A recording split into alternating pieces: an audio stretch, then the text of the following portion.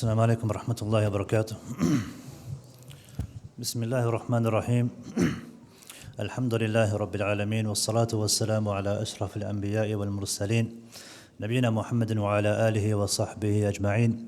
رب اشرح لي صدري ويسر لي أمري واحلل عقدة من لساني يفقهوا قولي. Inshallah, today we're going to be talking about the life of the Prophet Nuh alayhi salam. And I'm pretty sure that most of you, if not all of you, first of all, know who Nuh alayhi salam was. And also, at one point or another, from someone, somewhere, you've heard the story of Nuh alayhi salam.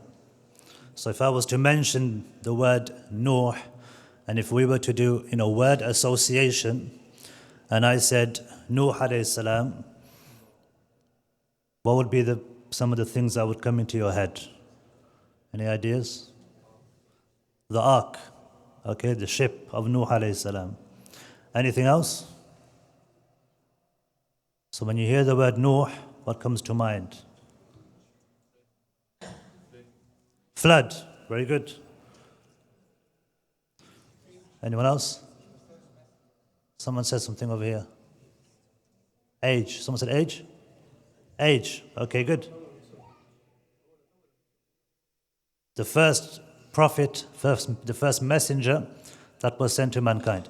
So, judging from the responses, most of you, if not all of you, know something about the Prophet and the Messenger Nuh alayhi salam.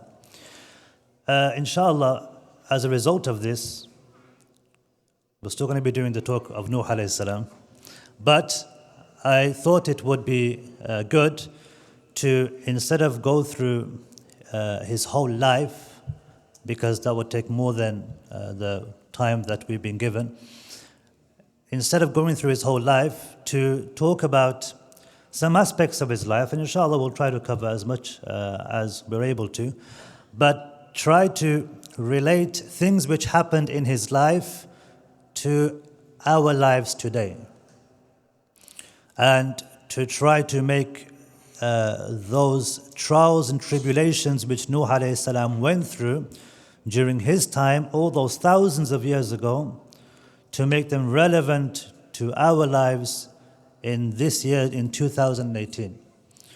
Because, when we talk about the lives of the prophets of Allah and the lives of the messengers, even though they happened so long ago, whenever Allah subhanahu wa ta'ala mentions these stories in the Quran, there's always relevancy in them. They're always relevant.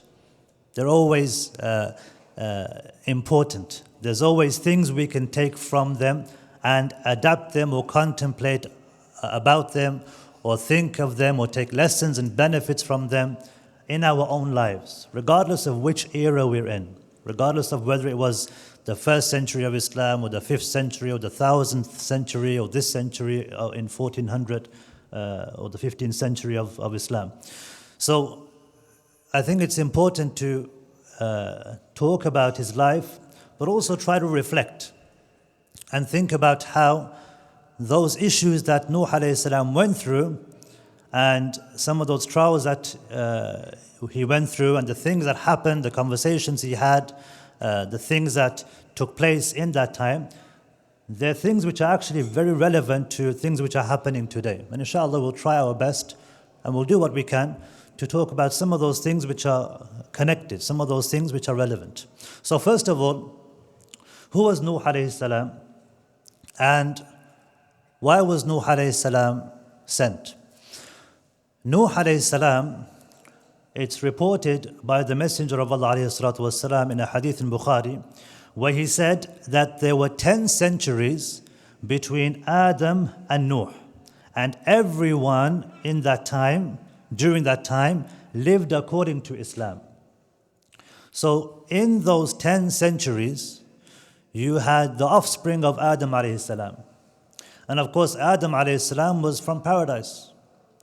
And so when he came to earth and he had children, his children knew about the story of Adam alayhi salam, because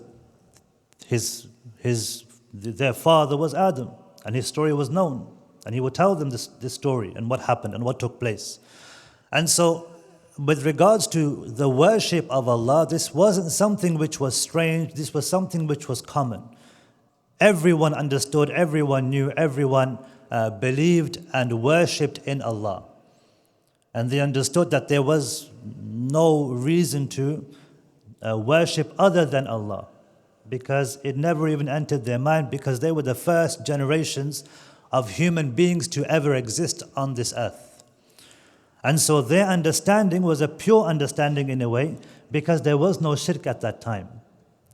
And so in this hadith it shows us that the first 10 centuries there were Muslims and only Muslims who were worshipping Allah subhanahu wa ta'ala. And over time, people eventually started to commit shirk. And Ibn Kathir rahimahullah, in his book Qasas al-Anbiya, Stories of the Prophets, he goes through each of the prophets and he mentions lessons from their lives, and he also mentions any time their stories come up in the Quran or any relevant ahadith or the Salaf, when they talk about these prophets of Allah, whenever these things arise, Ibn Kathir, he would mention them in this book, in Qasas al-Anbiya. And I wanted to use this book as a template just to mention some of the things he mentions, and also for the sake of accuracy as well. So Ibn Kathir rahimahullah, he talks about how they were misguided, what actually happened. How did these people actually end up disobeying Allah? How did they commit the worst sin that a person could ever commit, which is shirk? There's no other greater sin than the sin of disbelieving in Allah, than the sin of committing shirk. And sometimes people may question, or they might think, how can shirk be something which is even worse than killing somebody, murdering somebody? If a person murders 1,000 people, that's a major sin in Islam. But shirk in and of itself is even greater, it's even worse. It's even worse than that. It's worse than any other type of sin that a person could commit. And then the question arises, if a person was a righteous person, but he wasn't a Muslim, then would this person enter paradise? If this person used to give charity and he was good to people, he was kind-natured, he was kind-hearted, and so on and so forth, but he never believed in Allah, why would this person enter hellfire? Because shirk, not believing in Allah, associating partners with Allah, or denying the actual existence of Allah subhanahu wa ta'ala, is from the greatest sins that a person can do. And we'll talk more about this later. And the reason why is because when a person doesn't believe in Allah, or even worse, if a person doesn't believe in any kind of God at all, which is commonplace today, atheism. When a person doesn't believe in any type of God, he has no moral compass. Meaning he doesn't know how to differentiate or how to distinguish between what's right and what's wrong. He doesn't understand. Because he'll base his judgments not on something which is divine from Allah, because he doesn't believe there is a God. So he'll base his judgment about what's good and what's bad based on what's around him, based on society, or based on, for example, where he lives, or past experiences of people who lived 10, 20, 30 years ago, or science and what science says about what's healthy and what's not healthy, what's good and what's bad, and so on and so forth. And there's many, many problems with this, because as we know, human beings err, they make mistakes, they're not always perfect. And so there may have been some things which were permissible 30, 40, 50 years ago that aren't permissible today. And the opposite is also true. So for example, in schools 40, 50 years ago, they would beat the children, they would beat students. So children would come in, maybe some of you elderly brothers and sisters who are present, maybe some of you can remember that in schools, either in this country or even other countries where actually it still takes place, but if you just focus on this country, it was something which happened and was commonplace 30, 40, 50 years ago. And no one would complain. No one would go to the authorities or go to the police and say, what's happening, and this is wrong, and this is unjust. because it was just accepted. It was just the norm. That's how it was. You go to school, you get a beating, you go home. It was normal. There was nothing strange about it. And it wasn't considered to be wrong. Now if someone does this, of course, he's fired, he's taken to court, and he's potentially facing, time in prison and so on and so forth. So, does that mean that those people who did that thing in that time, it was allowed for them, it was permissible, there was nothing wrong with it? And now it's something which isn't allowed. So if a person was harmed, if a person was physically harmed in a school 30, 40, 50 years ago, and it happened to him at that moment in time, was it okay? Or is it something which is not okay just because 30, 40, 50 years later it's something which is now illegal? So it's something which changes over time. My point is that the way we think, and human beings err and we make mistakes and we're right and we're wrong, if we make a decision about what's right and what's wrong from other than Allah subhanahu wa ta'ala, from other than what's divine, then we're going to make mistakes because we're using our own brains, and our brains are limited with regards to how to understand what's right and what's wrong. And the reason why I mention this is because Nuh alayhi salam, when he was sent to his people, the people would start to use, as opposed to worshipping Allah and following what Allah had ordained upon them to do and not to do, they will start to use their own judgments and start to make their own decisions. And something else also happened. They did something which is also present today. And Ibn Kathir rahimahullah, he talks about this, and he says that Ibn Abbas radiallahu anh, he said that there were some people at the time of Nuh alayhi salam who were righteous people, they were pious people, they were very well respected, very well loved. People loved them because they were so righteous, they were good people. They weren't bad people, they were good people that were loved by everybody. And in fact, Allah subhanahu wa ta'ala mentions these people in the Quran. And He talks about the gods that people worshipped in the time of Nuh alayhi salam. And He says that these individuals, they were told, nor shall you leave waddan wala suwa' wala yaghuth wa ya'uqa wa nasra. And these names are the names of the gods that they used to worship, the idols that they used to worship at that time. But before they became idols, they were actually human beings who lived. And they used to be in those, they were living people, living amongst those people, living amongst other individuals. And Ibn Abbas, he said that these were the names of righteous people.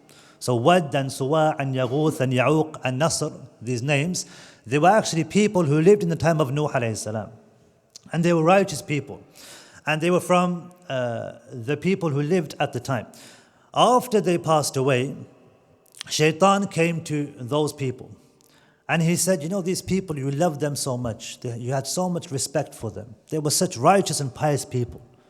And if you don't continue to remember them, you're going to forget them. And how can you forget such righteous and good people?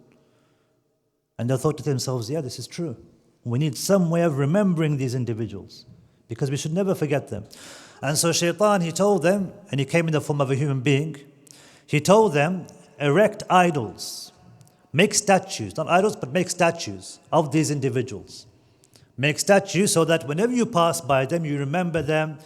And eventually, Ibn Kathir, he says in other sources, other narrations, he says that to the extent that these idols and these statues were in the house of every single person.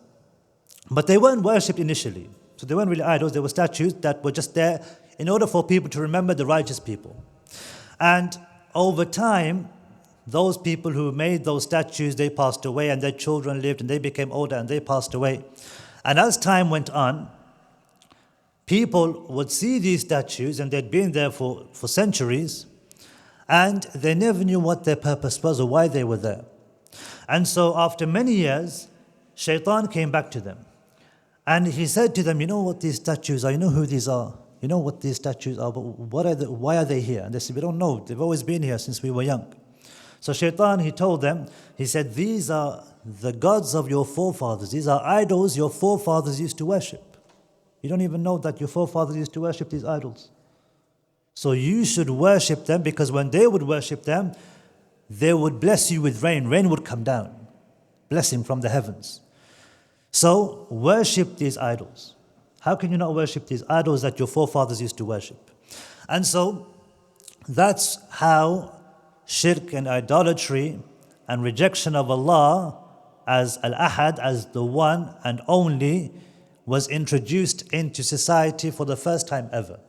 Now if you notice, it never started as an act of worship. It was simply done, this act of erecting statues was simply done as a sign of respect. To show respect to somebody that they love, that they had esteem for, somebody they honored, somebody who was righteous and pious. They wanted to show their love and their respect for this person or for these people, and so they made these statues, and eventually they were worshipped as idols. It's similar to something we do today, when in fact we look up to people, but we don't look up to people who are even righteous. At least they were looking up to people who were righteous and they were good people. But nowadays, when we look up to people who aren't very righteous. Celebrities like singers or actors or YouTubers or whoever it is. And so we follow everything that they do, follow everything that they say, and we develop this sense of not just respect, but this love for them. Okay, they may be Muslim, they may not be Muslim, but the point being is that we develop this sense of love and respect to the extent that anything or everything that they do is considered something to be praiseworthy, something good.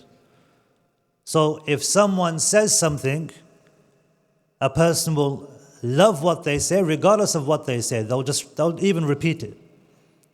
Why? Because that individual specifically is saying it.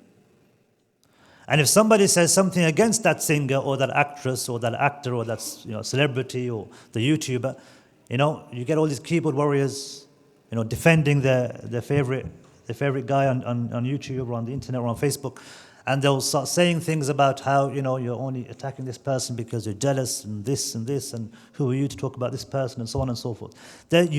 People develop this sense of immense love and respect for these people, regardless of who they are, regardless of what they say. And what's interesting is many of these wealthy, famous people, they have a whole, machine behind them. They have loads of people who basically work for them, who are working to maintain and improve their image, their public image. That they have to look a certain way and act a certain way and give off a certain vibe and a certain look, and their message should be this and this, so that people will continue to be attracted to them. Whereas in secret, behind closed doors, they're nothing like how they may appear. And nowadays when we look at YouTube and YouTubers and so on and so forth, I read an article a couple of months ago, 1 or 2 months ago, about how YouTubers are suffering from so much stress and anxiety and in fact depression, that YouTube themselves had hired a counselor for them to be able to talk to, because they were going through so much stress and anxiety and depression. In fact, you have YouTubers who are couples, boyfriend and girlfriend or husband and wife, and as a result of their channels on YouTube, they end up separating. Because what ends up happening is when they have subscribers, they have views, you always hear it. If you like my channel, please click subscribe, share with others. You always hear this, don't you, all the time. Now, the more subscribers they get, the more pressure is on them to do even more. And then if they're people who play pranks or they do all kinds of crazy things, they have to take it to the next level. And then the issue of morality, which I mentioned before, comes into play. How do you gauge what's right and what's wrong? If your aim and your goal is wealth and popularity, then is Islam something which is as important as those things? Or is it something which isn't as important? Because if it's not important, then as we've seen, on social media, you'll see people who will do anything. They don't care how they behave, what they do, who they do it to, what they say, who they harm. They don't care as long as people are watching. So their sense of morality now has become skewed. They're not sure. They don't know. Okay, what's good and what's bad, what's right and what's wrong, what's the limit, what are the boundaries? And so that's the dangers, brothers and sisters, of celebrity worship. When we have certain people that we like watching, we like viewing, we end up copying what they say. Things that they say, catchphrases and other things, we start copying them.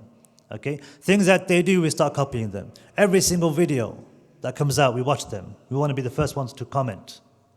And so the problem with this is that if they do something wrong, if a person doesn't have a fundamental foundation in Islam, doesn't have a moral compass, he's going to think everything this person does is okay, so it's fine, nothing wrong with it. But if a person is a strong Muslim, he has a strong base as a Muslim, he has morals, and he'll understand that human beings will make errors and they'll make mistakes and they do good and they do bad. And not everything this person is doing is something which is good. Not everything that he's doing is bad either. And a person is balanced, and he'll realize that there's a limit to what a person can do or what a person should do. Now, when that limit is not there anymore, then a person will end up praising people to the extent that even when that person is doing something wrong, you're encouraging it. You're encouraging them to do something which is not permissible, it's haram. And this is what the people of Nuh alayhi salam did. But the difference is they were respecting people who were righteous and pious individuals. They were good people. They weren't evil people. They weren't bad people. They weren't doing bad things to influence or to have their followers. They were righteous and good people. And even with those righteous and good people, something haram ended up happening. Because when you have an immense amount of love, there's an Arab saying where they say, don't love somebody too much because one day you may end up hating them. And don't hate someone too much because one day you may end up loving them. The problem is when you end up loving someone too much, you end up taking that love overboard and start doing things which are impermissible. Just like the people of Nuh alayhi salam did. Okay, and it was gradual. It wasn't something which happened overnight. Somebody watches YouTube videos and someone says to them, you're worshipping this person. You say, what are you talking about, worshipping him? I'm just watching these videos. What do you mean? It's nothing, it's just pastime. I'm just spending, half an hour just watching some videos on YouTube. But the problem is those few minutes, those 5 minutes, half an hour, 1 hour, ends up becoming 2 or 3 or 4 hours. And then every day, every few hours, in fact, maybe every 5 minutes, you're checking on your phone and you're flicking through YouTube, or Facebook or other social media apps, and you're trying to see if anything new has come up. Any new videos, any new images, any new posts. And so it's not something which you think is affecting you, but nowadays, how often do we go away from our phones? How often are we absent from our phones? How long before we look at our phones? Maybe some of us are looking at our phones right now. So the point that I'm making is when a person is loving someone to an extent where everything is okay and whatever he does is fine, then the issue with this is then he has no moral compass. To the extent that, when a person loves somebody so much, and this is the problem with this world, you become attached to things in this world. And this is why Allah subhanahu wa ta'ala, He tells us about those things which are from the trials and beautifications of this world. Al-malu wal-banuna zinatul hayati dunya. How wealth and children are from the decorations or things which beautify this world. So when a person is loved so much, when you love somebody so much, it may be a spouse, it may be somebody else, and then they pass away, it's as if that person can't continue with his life anymore because his purpose of existence was to love this person. The reason why he was alive was to show and express and to spend time with this person that he loved so much. And so when they pass away, he doesn't know what to do anymore. She doesn't know what to do anymore. And then what ends up happening is even after they're dead, they don't accept that they're dead. And so they think even though they're dead, I still believe that they can hear me. And so they'll go to the graveyard, for example. And what do? They'll take a chair, they'll sit down by the grave, and they'll sit for 1 or 2 hours, and they'll just talk to the person, to the person in the grave. The person in the grave can't hear anything. Why is this person talking to the one in the grave? Because of the amount of love this person had, it's unbearable to be away from this individual. And so they'll sit for an hour, 2 hours, 3 hours just talking to this person. And this person isn't alive. And you might think this is fine, what's wrong with this? It's harmless. The problem is when something is on their mind and they're stressed about something, if this is a Muslim, they won't turn to Allah.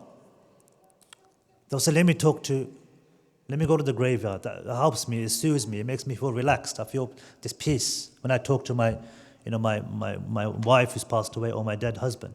And so they'll go there and they'll talk. And they'll say, I don't know what to do. I'm suffering from this issue, this problem. I don't know what decision to make. I wish I could talk to you. I wish you could give me a sign. And there and then, a bird or a dove will come and land on the grave because it saw some food. And the person sitting there, he'll think, oh, this is a sign from my beloved. He's told me this is what I need to do. It's a sign. Something's going to happen. Something good's going to happen. But the bird just saw a worm or something on the grass and thought, this is some food for me. But you see the way it was never intended for this person to think that this individual will have any way of dictating his life after his death. But eventually it works its way into the person's life. A person ends up essentially committing shirk. And the people of Nuh alayhi salam never had this intention. Things were done out of respect for these individuals who had passed away. But what happens over time is a person slowly, and this is what shaitan does, okay? Generations later, because shaitan has all the time in the world. Generations later, shaitan comes and shaitan persuades those who came afterwards, many generations later, these were your idols, your forefathers used to worship them. Why aren't you worshipping them? And so they fall into this sin. The point being, brothers and sisters, this idea about morality, this idea about what's right and what's wrong, because no human being except the Messenger of Allah ﷺ was perfect. And so when we try to, idolize certain people, okay, and nowadays people don't have any shame or embarrassment in just saying he's my idol. They say this, he's my idol. But we don't understand the implications of saying something like this. It's as if we're saying we worship the ground he walks on. And these are phrases that people use all the time without thinking. But it's very dangerous because, as Muslims, we have to be principled. We have principles.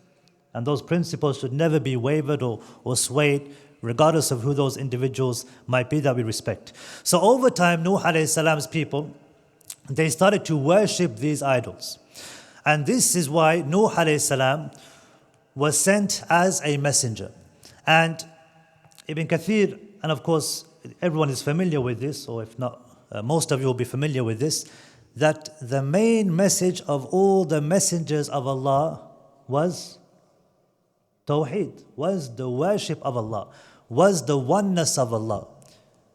And I've already mentioned, the dangers of not worshipping Allah, having complete disbelief in any kind of God. Your idea of right and wrong now is skewed because you're not basing it on something which is divine.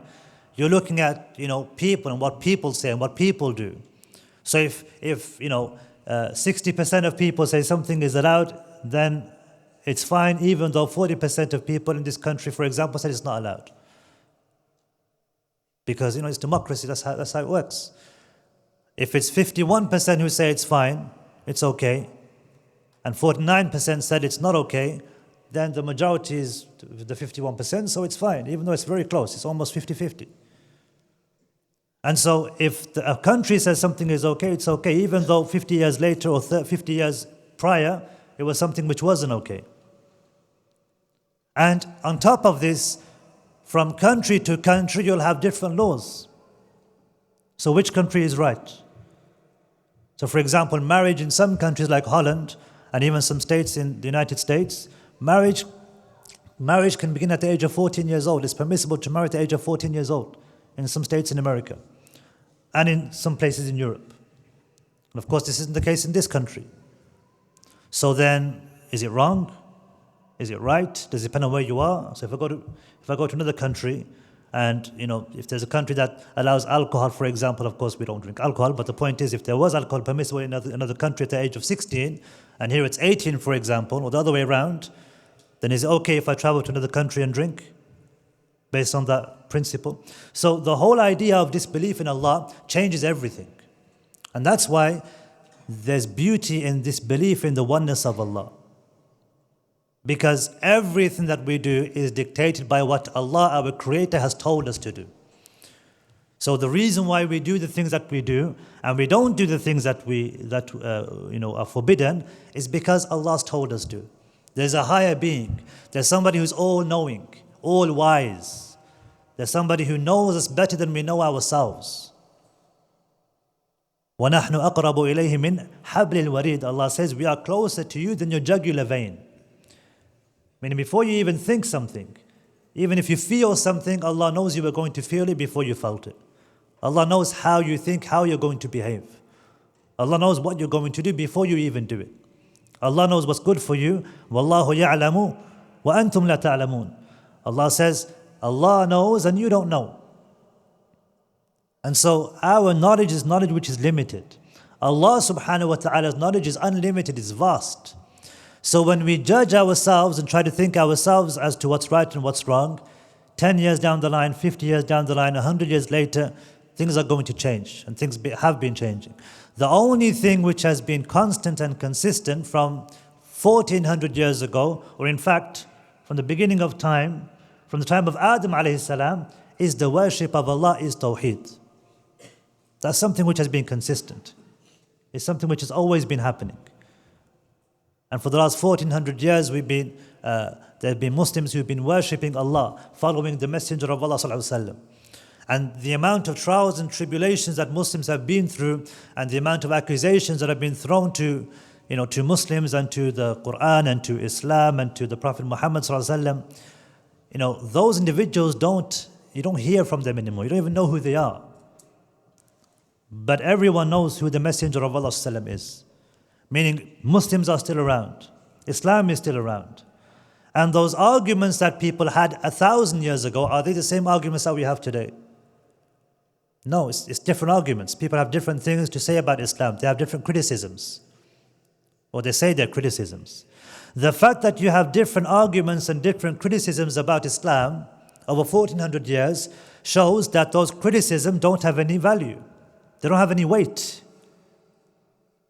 Those criticisms, those things that they try to say about Islam, they're wrong. They're baseless.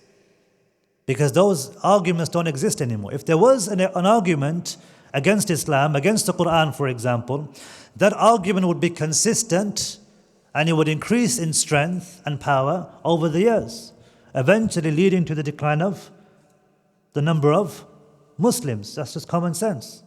The fact that people throw arguments away and say, okay, what about this? 50 years later, something else. What about this? It's like nothing's working.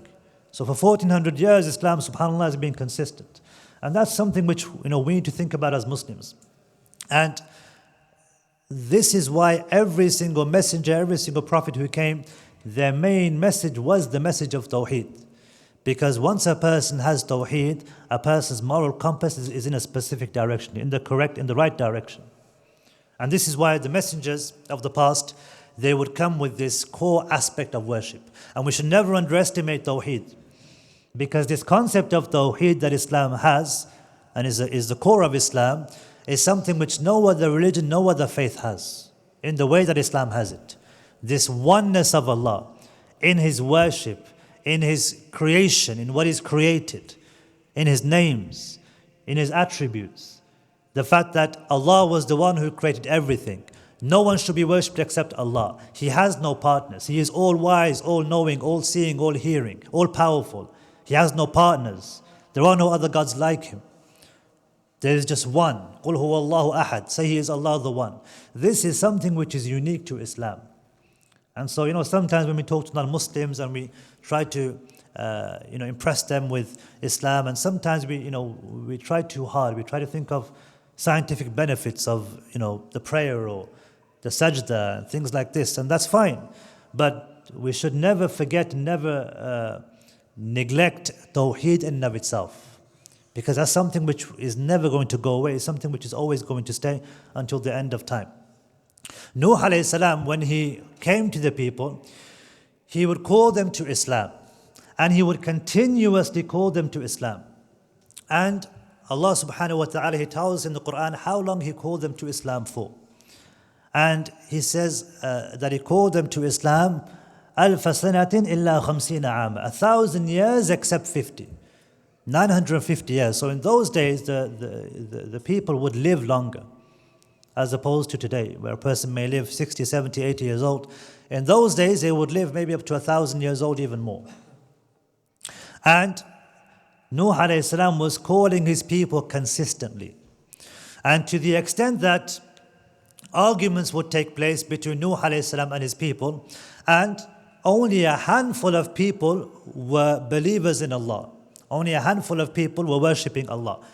And whenever a generation, Ibn Kathir, he says, whenever a generation would pass away from among them, they would advise the succeeding one not to believe in Nuh alayhi salam, and to disagree with him and to fight him. So it was like a tradition that was passed down. So each family, each tribe, each nation, each ummah, each nation of the past, they would, whenever they would become older, their children would grow up, they would tell them from a young age. It was, etched in their hearts. It was something they grew up with. This hatred of Nuh alayhi salam, this enmity to Nuh alayhi salam. How this man is the worst of the worst. He's a boogeyman. He's the person you stay away from. He's the person you don't even come close to. He's the worst man that's alive. He's the most evil kind of individual. Don't even approach him and fight him and always disagree with him. Don't accept anything he says. And Ibn Kathir, he says that it became part of their nature to refuse to believe and follow the way of the truth. It just became part of their nature. It was just understood. And so their hearts became so hard, which is why Nuh alayhi salam eventually supplicated to Allah, saying, "Oh Allah, if you leave them," meaning if you leave these non-Muslims who are such a huge number, because the only believers were the handful who were believing in Nuh alayhi salam. Narrations even mentioned they were like 10 or 15 or 20 or 7. Some narrations mentioned 7. So it was very, very few in number. So Nuh alayhi salam supplicated and he said to Allah, if you leave them, they're going to mislead your slaves because of their huge quantity. And a man can only bear so much. Even look at how many Muslims there are in this society we live in, and yet even in this society with so many Muslims are still leaving Islam. Now if there's only a handful of Muslims and everyone else is a disbeliever, what's going to happen? And he's calling people for so long to the worship of Allah. And he says, if you leave them, they're going to mislead your slaves, and they will beget none but wicked disbelievers. They're only going to become disbelievers. They'll become even worse. Because the Muslims that were there, they'll leave and they'll become disbelievers. So Nuh alayhi salam, he supplicates, he makes this dua after calling people consistently and continuously to the worship of Allah.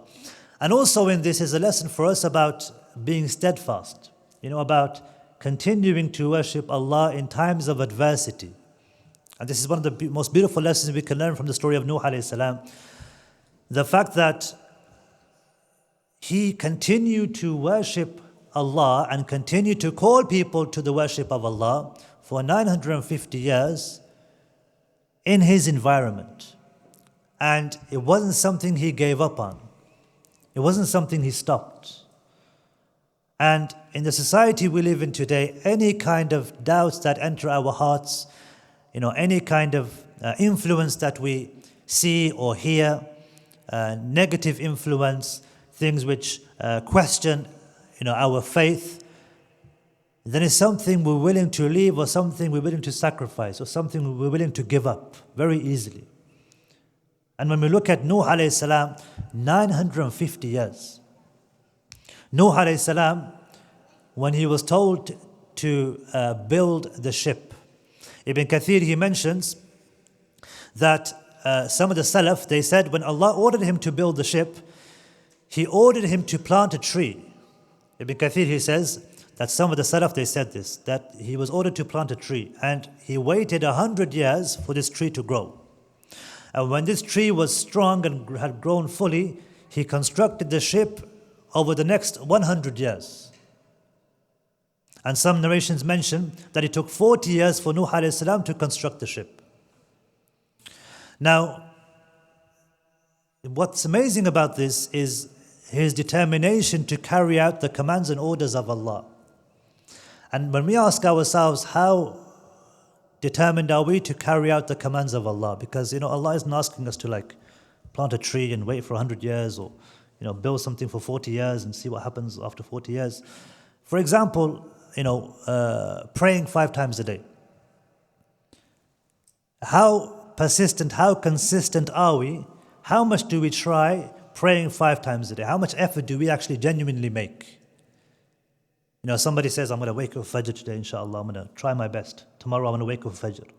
And they'll wake up and they'll pray. And they'll pray the other prayers. Because Fajr is like the hardest prayer to pray. And so they'll pray all the prayers. And then the next day they'll pray Fajr again. And they'll think, I've done pretty good. I've done 2 days. I don't normally pray Fajr. And then the third day they'll say, it's okay. I've done 2 days. Allah will forgive me for the third day if I don't get up for Fajr. It's okay. I've made enough effort. Allah knows I'm trying. And so 3 days is all it took. It was just 3 days. A person, is adamant. He's thinking to himself, I'm going to memorize the Quran. I'm going to start memorizing Quran. And so he starts memorizing Quran. He starts memorizing, pages. And the first day he memorizes half a page.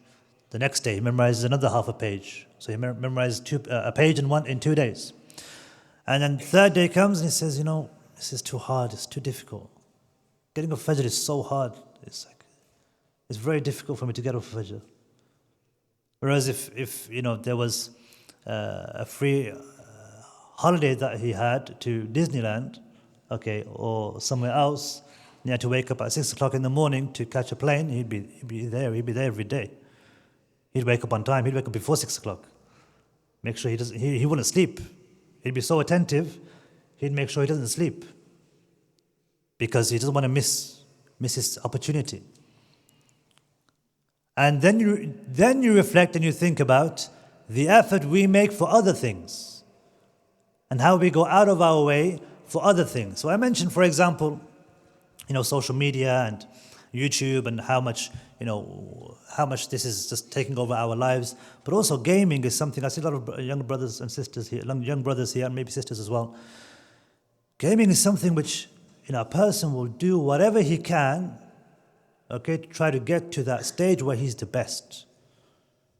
Nowadays it's like games like Fortnite, and other types of games. And a person will be committed. He'll be like, I want to be good. He'll sacrifice not just 1 hour or 2 hours. He'll spend 3, 4, 5, 6, 7 hours, 8 hours a day playing, because he wants to make sure he's really good. He'll sacrifice sleep. He'll sacrifice food and drink. Maybe he won't even go to the bathroom. He'll wait, because this is so much more important. And then the time for salah comes, he'll miss the salah.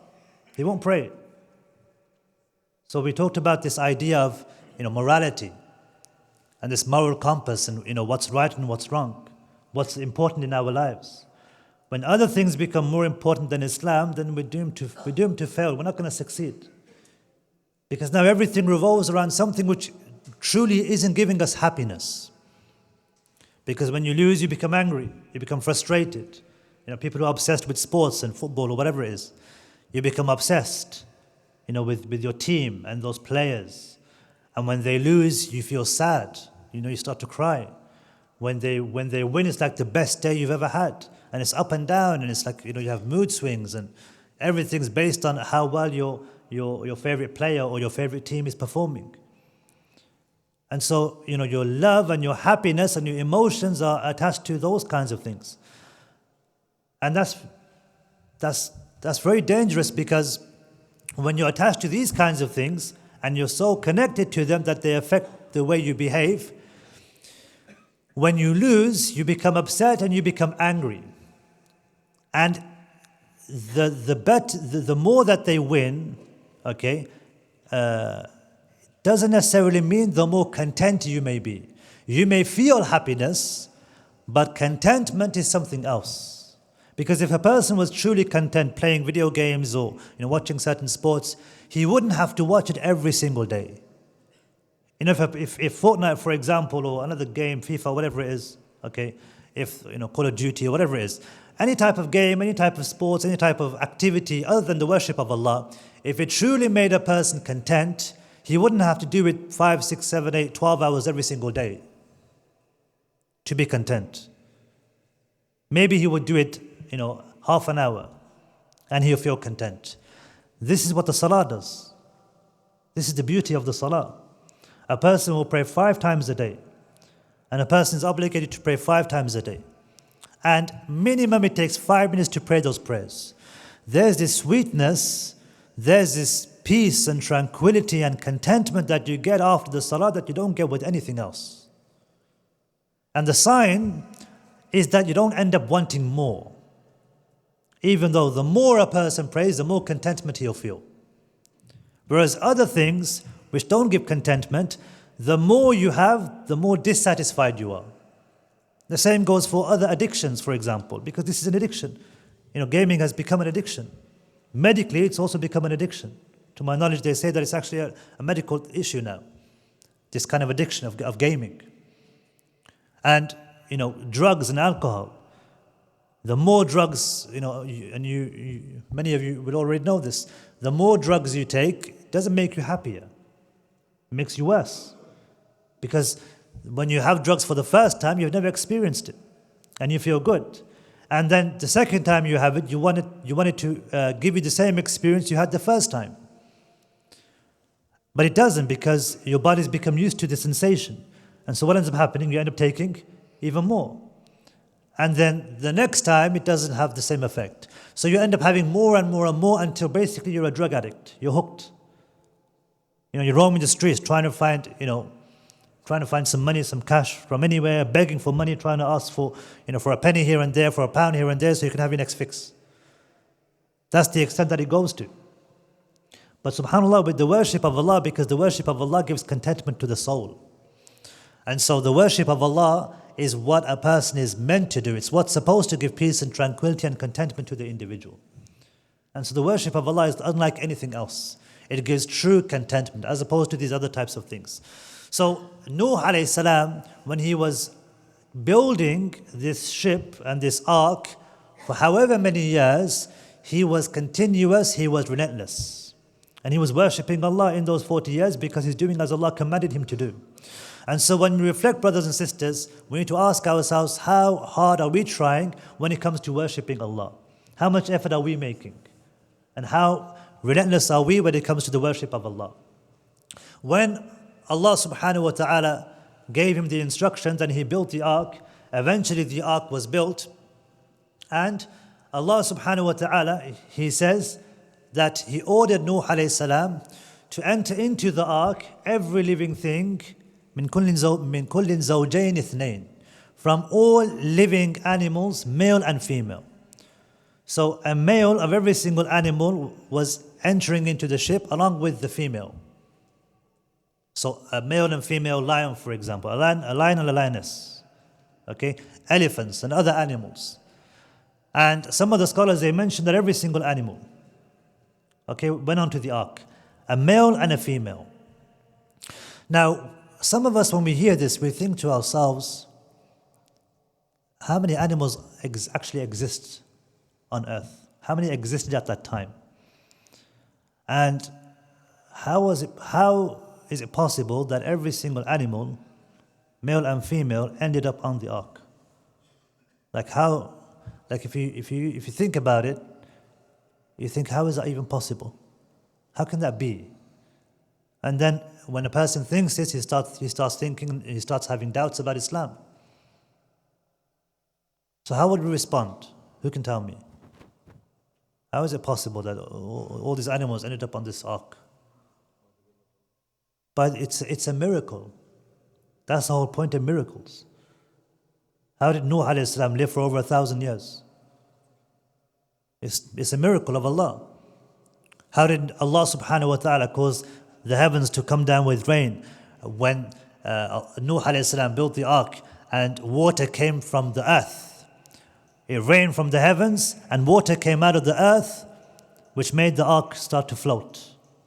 And Nuh alayhi salam and those inside were saved. How did that happen? It was a miracle from Allah. When the mushrikun asked the Prophet Muhammad sallam for a sign, and he told them to look up into the heavens, look at the moon, and the moon had split, one on one side and the other on the other side. How did that happen? It was a miracle. If you deny or you question a miracle, this miracle which Nuh alayhi salam was given, it wasn't something that he did himself. It was Allah who caused this miracle to take place in the hands of Nuh alayhi salam, just like other prophets and messengers. How did Isa alayhi salam bring people back to life? Bi-idhnillah, by the permission of Allah. How did Isa alayhi salam cause the blind to be able to see again? By the permission of Allah. These were all miracles. When Musa alayhi salam would take his hand outside of his pocket and it would be glowing white. We don't think, how is that possible? There was no electricity in those days, and there were no LED lights. How did he wrap his hand around lights and take it out, and his hand was light all of a sudden? How did that work? He had some kind of gadget in his pocket, or what happened? It doesn't make any sense. No one questions this. Why? Because it was a miracle from Allah subhanahu wa ta'ala. How did he split the sea? These are all miracles. When you start to question miracles of Allah, you start to question all the miracles of all the prophets of Allah, including the Quran, which is the greatest miracle. And so, as Muslims, we know the principle in Islam. Many of us will know the principle. Al-yaqeen la yazulu bi-shak. Certainty isn't removed by doubt. So for example, if I'm praying, we prayed Isha, someone comes later and prays Isha prayer, and he prays 3 raka'at, and he's unsure. He's not sure whether he's prayed 4 or whether he's prayed 3. He knows for sure that at least he's prayed 3. So then he prays 1 extra. This is the principle in Islam. This can also be applied when a person has doubts about his faith. Because if we have doubts about the miracles of Allah, that's what they are, they're doubts. They're doubts. We're certain if we have these doubts, that's fine. Because human beings will have doubts. Muslims will have doubts. Every Muslim will have doubts. That's the nature of human beings. A person will question things. A Muslim will question things. We will always have doubts about certain things. But it should never ever remove those things, those doubts should never remove those things which we are certain of. Because logically it doesn't make sense. We are certain, we know, we believe that Allah Azza wa Jal exists. Knowing this shouldn't remove this when we start to have small doubts about specific miracles, specific prophets and messengers were given. It just doesn't make any sense. Rationally, a person wouldn't do this. In any other situation, a person would never have some kind of doubt and then remove those things he was completely sure of. And so the same is the case with regards to Islam. So how was it possible? It was a miracle that Allah subhanahu wa ta'ala gave the Prophet Nuh alayhi salam. And Nuh alayhi salam would call the people to come aboard the ship, especially his own son. And he would say, come aboard with us. And don't be from those who disbelieved, who were ungrateful. And so his son, he was on a mount, he was outside, it was raining, there was a water rising, and it was raining, and it was stormy.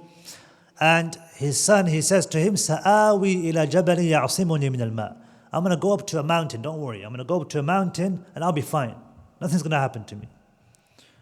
And so Nuh alayhi salam, he said, there is no savior on this day from the commands of Allah subhanahu wa ta'ala except he whom Allah subhanahu wa ta'ala has shown mercy to. Illa man rahim.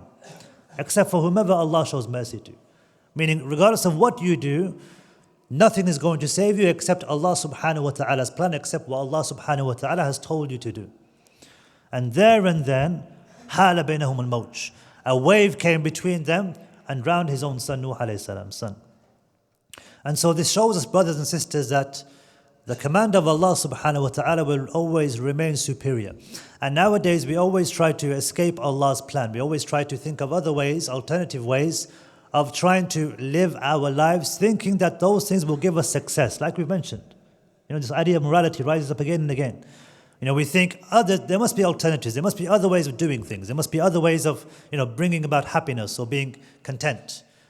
But what we don't realize is, regardless of what kind of avenues we go down to try to have this contentment, nothing will give us that happiness and that contentment other than the worship of Allah subhanahu wa ta'ala. And so eventually Nuh alayhi salam's ark rested, and those who were on the ship were saved by Allah subhanahu wa ta'ala. Some narrations mention that this took place on the ark rested on the day of Muharram, specifically the 10th.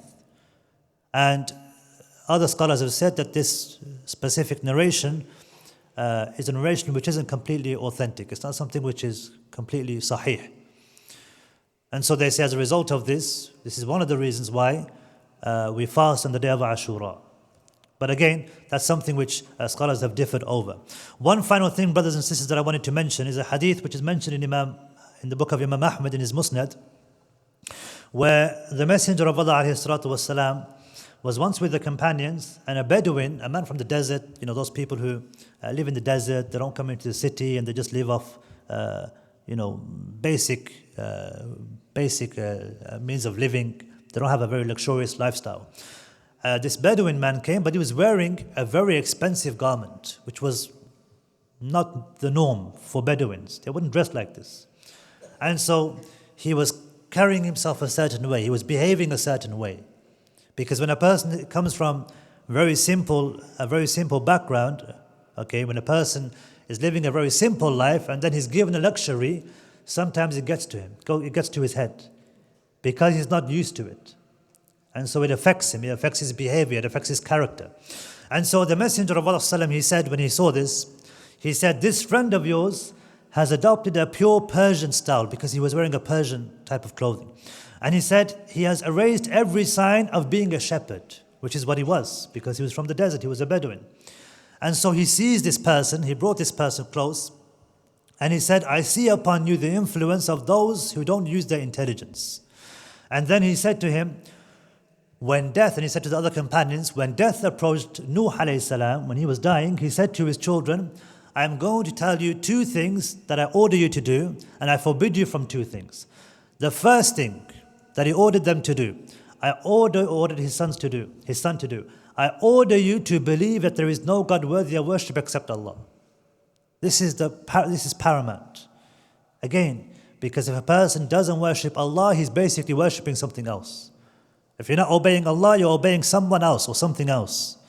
Someone else's values are now infiltrating your mind. You're going to be behaving not how Allah wants you to behave, but how somebody else wants you to behave. Just like this Bedouin, who was wearing Persian clothing, behaving like them, acting like them, became arrogant as a result of what he was wearing.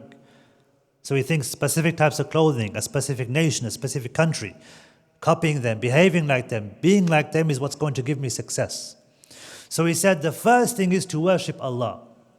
And if the 7 heavens and the 7 earths were to be put on one side of the scale, and the words La ilaha illallah on the other, the latter would outweigh the former. La ilaha illallah would outweigh everything else.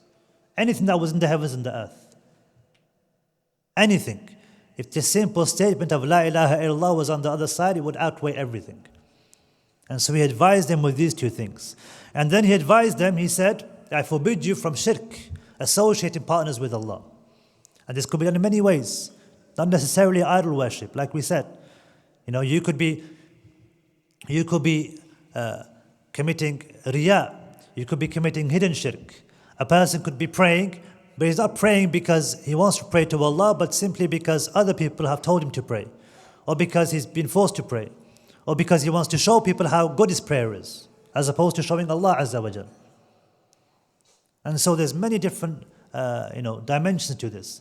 And then he said, and I forbid you from arrogance. And so the companions, they said, O Messenger of Allah, we know what shirk is, but what is arrogance? Does it mean that we own a pair of beautiful shoes with beautiful laces? And the Messenger of Allah ﷺ, he said, no. And they said, does it mean to wear a nice garment, to wear a nice dress, to wear nice clothes? He said, no. And they said, does it mean to ride an animal, to ride a nice horse? They said, no. He said, no.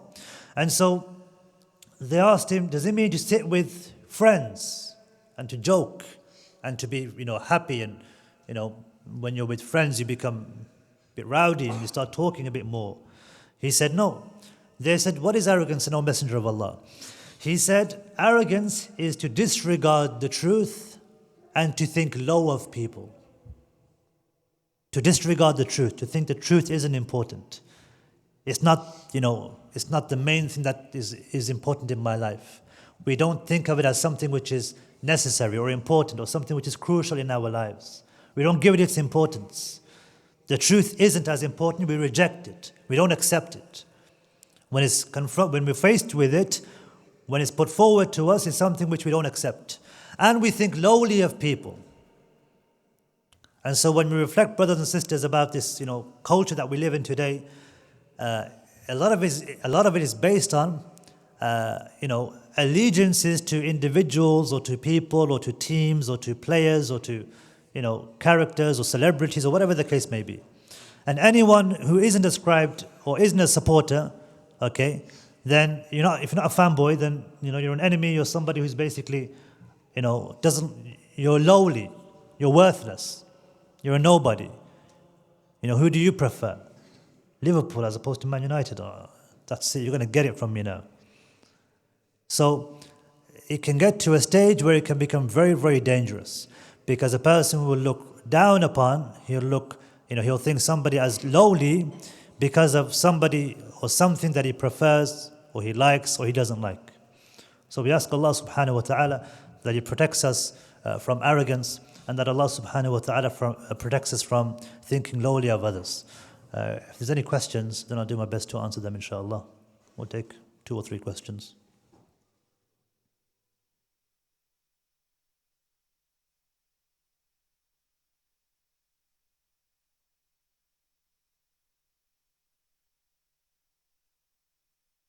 Yeah, so the Salaf, the scholars, they would mention about the Ark of Nuh, and they would use it as a description to say that the Sunnah is like the Ark of Nuh alayhi salam, the ship of Nuh alayhi salam. Anybody who embarks on it will be safe and he'll be saved.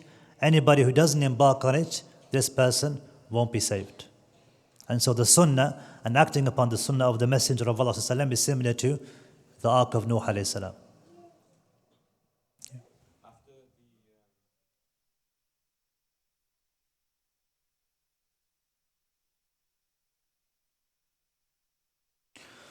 So I don't recall reading anything about how long he lived afterwards, and from what I've read, there's very little that's mentioned after Nuh alayhi salam was saved from the flood. And of course, we take lessons from whatever Allah mentions to us, and anything Allah doesn't mention, then there's a wisdom behind it, and maybe there wasn't any real benefit of mentioning, and Allah knows best. جزاكم الله خير. سبحانك اللهم وبحمدك أشهد أن لا إله إلا أنت أستغفرك وأتوب إليك.